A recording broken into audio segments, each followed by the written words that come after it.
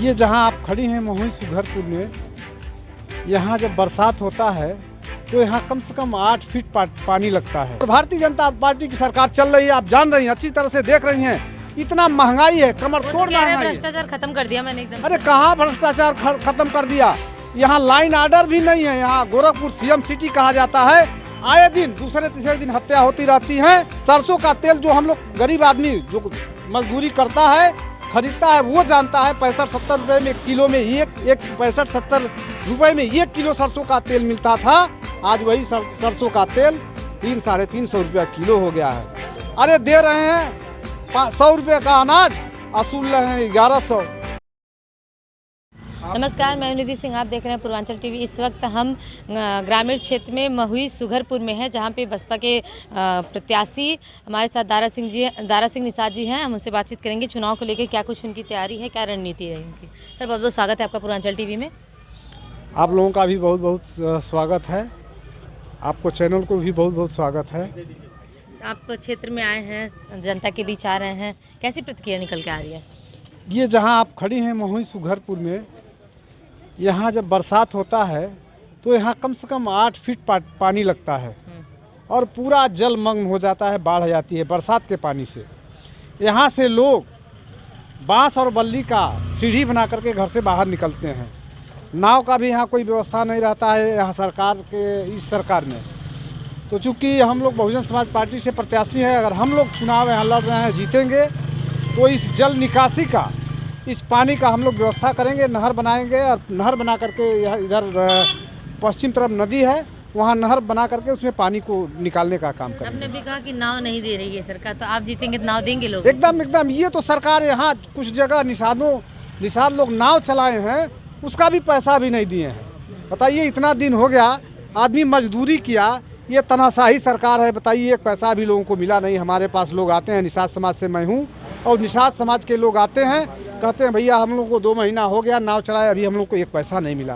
तो ये भारतीय जनता पार्टी की सरकार है, ये पूंजीपतियों की सरकार है, ये बड़े लोगों की सुनती है, पूंजीपतियों की सुनती हैं। निषाद को तो निषाद की हितैषी है ये नहीं है। आप देखी होंगी, इसके पहले एक कार्यक्रम हुआ था लखनऊ में, यहाँ निषाद लोग 20,000 लोग निषाद लखनऊ में गए थे, और यही भारतीय जनता पार्टी के लोग बुलाए थे, यही निषाद समाज के कुछ नेता लोग बुलाए थे, वहाँ गए थे और आरक्षण के नाम पे उनको ले जाया गया था। लेकिन आरक्षण की बात वहाँ हुई नहीं, और वहाँ निषाद समाज इतने गुस्से में था कि कम से कम 20,000 निषाद गए थे और अपने वहाँ कुर्सी को तोड़ करके अपने गुस्से का इजहार किया था।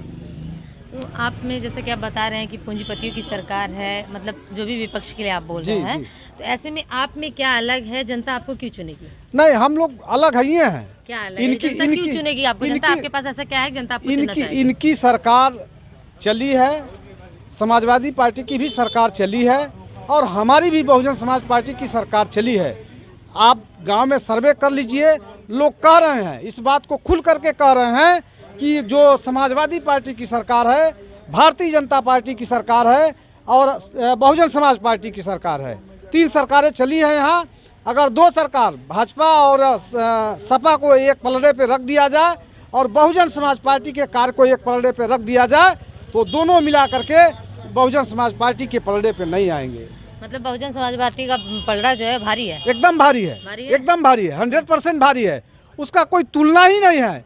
ये देखिए, जब समाजवादी पार्टी की सरकार चलती है तो यहाँ गुंडा माफिया राज करते हैं, जमीन कब्जा करते हैं, और भारतीय जनता पार्टी की सरकार चल रही है, आप जान रही हैं, अच्छी तरह से देख रही हैं। इतना महंगाई है, कमर तोड़ महंगाई है। भ्रष्टाचार खत्म कर दिया मैंने एकदम। अरे कहाँ भ्रष्टाचार खत्म कर दिया, यहाँ लाइन आर्डर भी नहीं है। यहाँ गोरखपुर सीएम सिटी कहा जाता है, आए दिन दूसरे तीसरे दिन हत्या होती रहती है। और इनके जो वादे हैं, भारतीय जनता पार्टी का मैं वादा जो ये करके चुनाव में आए थे, इनका वादा 15 लाख लोगों को देने का था, लेकिन इतने लोग हैं, आप पूछ लीजिए, किसी के खाते में 15 लाख रुपया नहीं गया। महंगाई के बारे में ये लोग जो कहे थे, बढ़ी हुई महंगाई की मार, उसके बारे में मैं बता दे रहा हूँ। दो चीज़ बताऊँगा, ज़्यादा नहीं। महंगाई तो हर चीज़ में है, लेकिन जो गैस सिलेंडर 375 में मिलता था, उसमें सब्सिडी भी 200 रुपया आती थी, लेकिन आज देख लीजिए वही गैस सिलेंडर 1100 में मिल रहा है।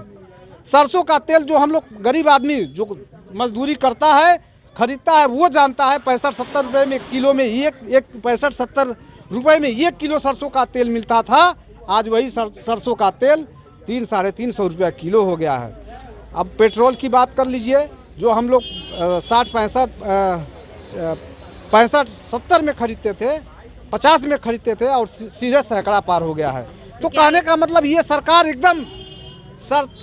एकदम निकम्मी है, इसको लाज नहीं है, इसको शर्म नहीं है। अरे जब अपने वादे आप पूरा नहीं कर सकते हो तो चुनाव आ गया है, किसी के घर जाने से पहले आपको वह सोचना चाहिए कि हमने क्या वादा किया था और हमने कोई वादा पूरा नहीं किया।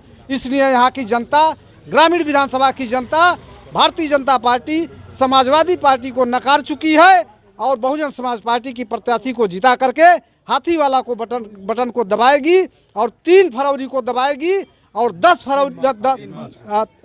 3 मार्च को हाथी का बटन दबेगा और 10 तारीख को बहुजन समाज पार्टी का प्रत्याशी यहाँ जीतेगा। यही नहीं जीतेगा, गोरखपुर की 9 विधानसभा जीत करके बहुजन समाज पार्टी के खाते में जाएगी और बहुजन समाज पार्टी की सरकार बनेगी। तो लग रहा है ये महंगाई, बेरोजगारी से जनता परेशान है, तो ये क्या जो सरकार है उसके चुनाव पे किस तरह से असर डालेगी, महंगाई और बेरोजगारी? नहीं, एकदम जुमला है इनका। तो कह रहे हैं फ्री में राशन दे रहे हैं, अब और अखिलेश कह रहे हैं फ्री में बिजली देंगे। ठीक है। आप क्या दे रहे हैं फ्री में? आप बात सुन लीजिए, जो ये फ्री में राशन 5 किलो देते हैं, 20-25-100 रुपये का अनाज देते हैं। ये 100 रुपये का जोड़ लीजिए, 100 का अगर अनाज ये देते हैं तो गैस, सिर्फ मैं ये गैस की बात कर रहा हूँ, 400 रुपये में हम अगर गैस लेते थे तो ये 700 रुपया एक्स्ट्रा लेकर के हमें गैस दे रहे हैं। तो कौन सा उपकार कर रहे हैं जनता के ऊपर, किसकी भलाई कर रहे हैं? अरे दे रहे हैं 100 रुपये का अनाज, असूल रहे हैं 1100। तो सभी पार्टी कुछ ना कुछ जनता को लुभाने के लिए कुछ ना कुछ बता रही है कि हम आएंगे तो तमाम चीज़ें जो भी है, चाहे फ्री में बिजली देने की बात हो, चाहे जो भी है अपना अपना सबका। तो आप लोग क्या दे रहे हैं जनता को? देखिए, ये लुभावने और वादे बहुत, ये लोग इनका। अगर आप जीत कर आते हैं तो आपकी प्राथमिकता जनहित के लिए क्या होगी, क्या करना चाहेंगे? देखिए, पहली बात, यह बाढ़ का इलाका है, ये विधानसभा ग्रामीण, सत्य में ग्रामीण है। यहाँ बगल में राप्ती नदी है और वहाँ से बाढ़ आती है। हम लोग आते हैं अगर सत्ता में तो उसको बंधा बनवाएंगे। ये जो बारिश का पानी जहाँ यहाँ आप खड़ी हैं, यहाँ पानी लगता है, इसका हम लोग नहर बना करके पानी निकालने का काम करेंगे। दूसरी बात, हम लोग शिक्षा पे ध्यान देंगे। या आप देख लीजिए, ये बच्चे जितने खड़े हैं सारे स्कूल बंद हैं, और शिक्षा इतनी महंगी हो गई है, कि गरीब के बच्चे सरकारी स्कूल तो बंदे हैं, प्राइवेट स्कूल में जा नहीं सकते। इसलिए हम लोग शिक्षा पर ध्यान देंगे। और गरीबी, यहाँ इतना गरीबी बढ़ गई है, ना कोई रोजगार है, कुछ नहीं है। हमारे प्रधानमंत्री जी कहते हैं कि आप पढ़े लिखे हैं तो पकौड़ा तलिए। बताइए, पढ़ लिख करके आदमी पकौड़ा तलेगा? सरकार बनती तो रोजगार देंगे? एकदम दे देंगे 100%। आप जान लीजिए, हमारी सरकार बनी थी, कई हजार नौकरी फ्री में मिली थी और इनके पास रोज नौकरी का पेपर में आउट होता है, लेकिन एक नौकरी किसी को दिए हो तो बता दें। हमारी सरकार आती है, शिक्षा भी देती है, नौकरी भी देती है। इनके तरफ जुमला नहीं, इनके तरफ बड़े बड़े वादे नहीं करती हैं, कहती नहीं है, करने में विश्वास रखती है।